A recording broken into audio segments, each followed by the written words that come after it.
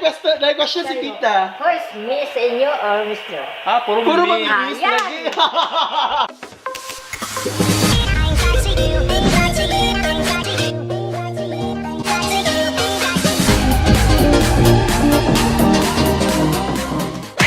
Makabakang bisayang maki ni Alfie gihapon ako si Chris. Right now guys, namin karon sa Bohol, Macdo branch. Bali di ay. So right now guys, by the way, ako nalimutan sa description below ang among how to get there information sa mga nabayran ug uban pa. Oh my god, gauwan sa iyo kung kuan. Then right now masakay mig bus pa daw nga to sa Kandihay. So this is not a typical Bohol tour. So magtuchon ni Kandihay kadalihan. Pwede kay ganyan sa yung dito ka terminal mo nagtuan. Agto tay mig Tubigon terminal, di dapat tay sa Tagbilaran terminal. Then right now na namin karon sa Tagbilaran terminal. Kaya gyapon nato ang lumalaban. We have another vlog na sad sa Bohol. First time ko ni sa Bohol ug dili ang typical tourist destination ng among giagto, but the unpopular destination in Bohol, ang Kandihay ug ang Anda. Usa sa maayong pangandaman kay ang pagpalit og Bonamin para di ka masuka sa biyahe. Pagbiyan kita dito. Brought to you by Arain Enterprises. You might wondering guys, nga nung wala ni magkuha ni Chris. So basically ako si Chris, kaya usa sa mga adventurous ka tao sa mong barkada dyan. Nami nga nga instinct nga mas nindot to makatry mig masaag like galingan na saag yun sa terminal. So right now we're on our way to Rice Terraces Field dito sa Kadapdapan dito sa Kandihay, Bohol. So nagsakay merong habal-habal. So ito lang po actually gatag sa amin ni Chris kay delikado daw ang daan. Ang Rice Terraces Field sa Kandihay kay nay duha ka area, ang public area ug ang private area. Sa Eleuterios Resort, naay gamay nga kan-anan didto nga pwede ka magpaluto ranging from 300 to 500 per potahe.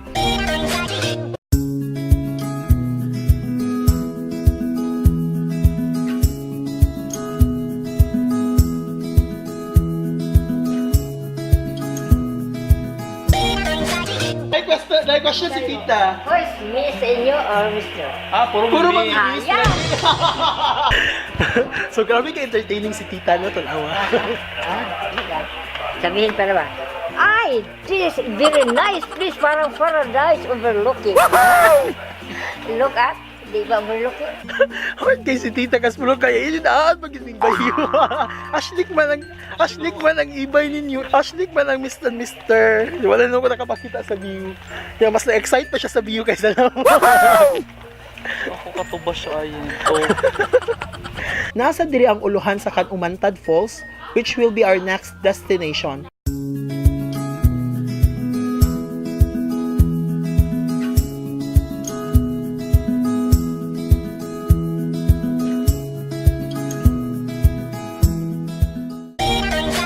Pag-abot gyud na mo sa Umantad Falls, disugat tayo sa ilang welcoming committee. Charot.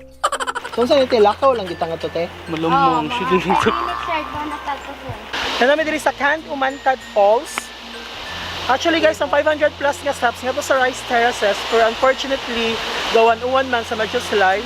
Wow, niagit taron sa isang kabonggang. Kuan ko ni siya, pwede ni siya kaliguan, pero 15 feet ni siya kalaw. Uy, 15 feet? Sino gihanap to?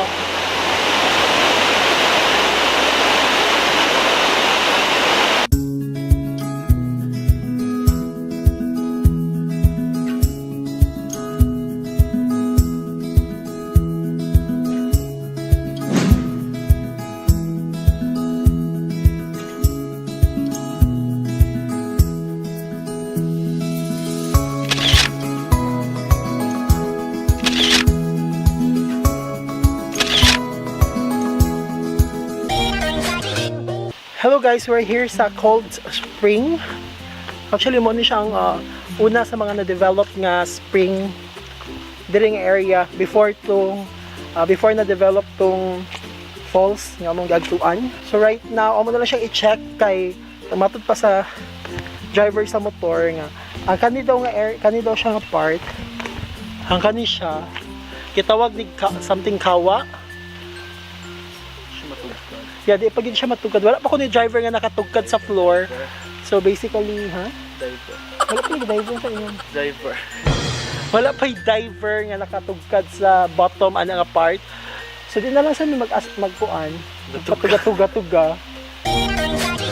Og right now namin karon sa Anda Bohol, ang kaning area mo ni siya ang daghan kay beach resorts. Makikigi siya sa Panglao Bohol, but this area dili pa kay siya grabe ka known siya, di pa kay siya grabe ka populated. So right now nagpadong mi sa Cabagnaw Cave Pool. So tara, ubanta.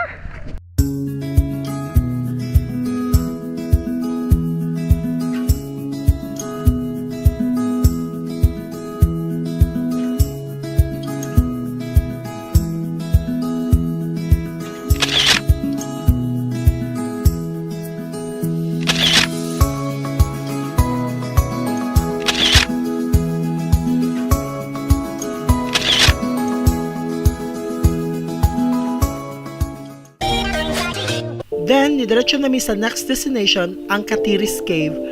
Medyo hadlok din nga cave kay walay signage ug murag wild jud ang langob. Wala na lang mo sulod kay scary.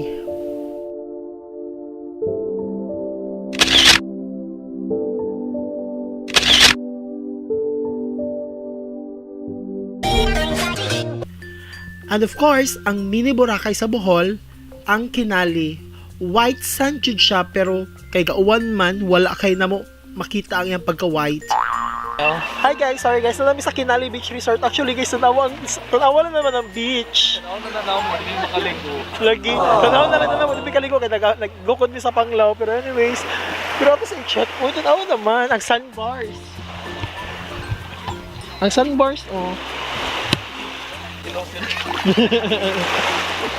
So, kumusta nga itong struggle for today? Battery is life.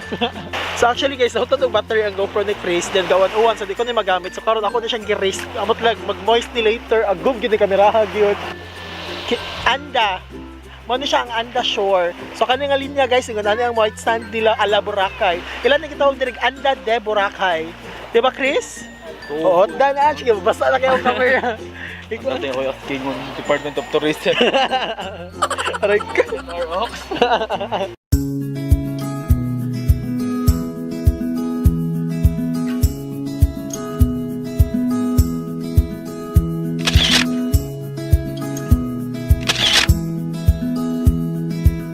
Jima Kabakang, Bisayang, Bakit?